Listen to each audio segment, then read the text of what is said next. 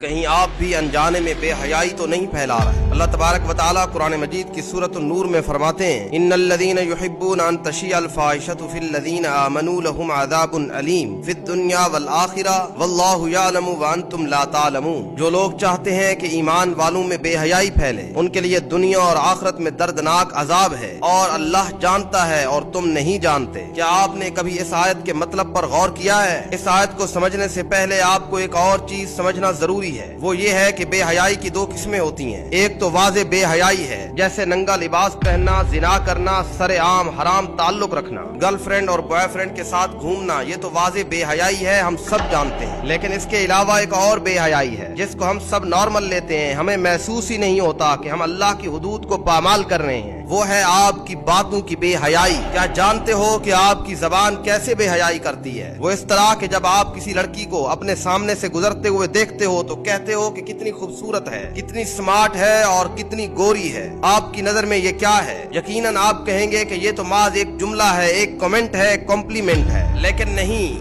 آپ اللہ کی نظر میں بے حیائی پھیلا رہے ہیں۔ آپ خود بھی بے حیائی کا مظاہرہ کر رہے ہیں اور ساتھ کھڑے ہونے والے شخص کو بھی مبتلا کر رہے ہیں، اور بالکل یہی کام لڑکیاں بھی کرتی ہیں۔ جیسے پردہ مرد پر ضروری ہے، اسی طرح عورت پر بھی ضروری ہے۔ یہ وہی بے حیائی ہے جس سے اللہ نے منع کیا۔ آپ کسی ریسٹورینٹ، کسی کیفے میں چلے جائیں، ہزاروں لڑکے ایسے ملیں گے جو صرف لوگوں کو جھانکنے اور تاڑنے کے لیے آئے ہوتے ہیں۔ آپ کو سینکڑوں لڑکیاں ایسی ملیں گی جو صرف کمنٹ پاس کرنے آئی ہوتی ہیں۔ یہ در حقیقت وہ بے حیائی ہے جس میں ہر دوسرا شخص مبتلا ہے، اور یہ وہ بے حیائی ہے جو بے حیائی داڑھی رکھنے والے بھی کرتے ہوئے نظر آئیں گے، اور بہت ساری عبایا اور نقاب پہننے والی لڑکیاں بھی آپ کو مردوں کو دیکھتی ہوئی نظر آئیں گی۔ کسی شے کا ڈر اور خوف موجود ہی نہیں ہے۔ اب میں آپ کو بتاتا ہوں کہ جو شروع میں آپ کو آیت سنائی تھی، پتہ ہے وہ کب نازل ہوئی؟ وہ تب نازل ہوئی جب میری اور آپ کی ماں حضرت عائشہ رضی اللہ تعالی عنہا پر بہتان لگا۔ تب لوگوں نے اس چیز کا تذکرہ کرنا شروع کیا، ایک دوسرے کو کہنا شروع کیا کہ کیا تم نے سنا ہے عائشہ کے بارے میں؟ اور ذرا دیکھو کہ اللہ کو یہ بات کتنی ناگوار گزری۔ اللہ نے یہاں یہ نہیں فرمایا کہ بہتان کیوں لگا، بلکہ یہ فرمایا کہ تم نے بہتان کا ذکر کیوں کیا، تم نے ایک دوسرے سے وہ معاملہ ڈسکس کیوں کیا، اور معاشرے میں تم نے اس بہتان کا ایک دوسرے کے سامنے ذکر ہی کیوں کیا۔ اور آج ہم فخر کرتے ہیں کہ اس کو بدنام میں نے کیا، اس کی لیک ویڈیو میرے پاس ہے۔ اگر ہمارے اندر ایک ایمان ہے تو ایک لمحے کے لیے اپنی آنکھیں بند کرو اور سوچو کہ یہ کس قدر خطرناک بات ہے۔ برائی نارمل ہو چکی ہے، ہم گناہ بھی کرتے ہیں لیکن ساتھ فخر بھی۔ کس قدر میرے نبی کی بات سچی تھی کہ جب تم میں حیا نہ رہے تو جو چاہے کرتے پھرو، اور اگر تمہارے اندر تھوڑی بھی حیا باقی ہے تو اللہ سے ڈرتے رہو اور لوگوں کے عیبوں پر پردہ ڈالو۔ قیامت والے دن اللہ تمہارے عیبوں پر پردہ ڈالے گا۔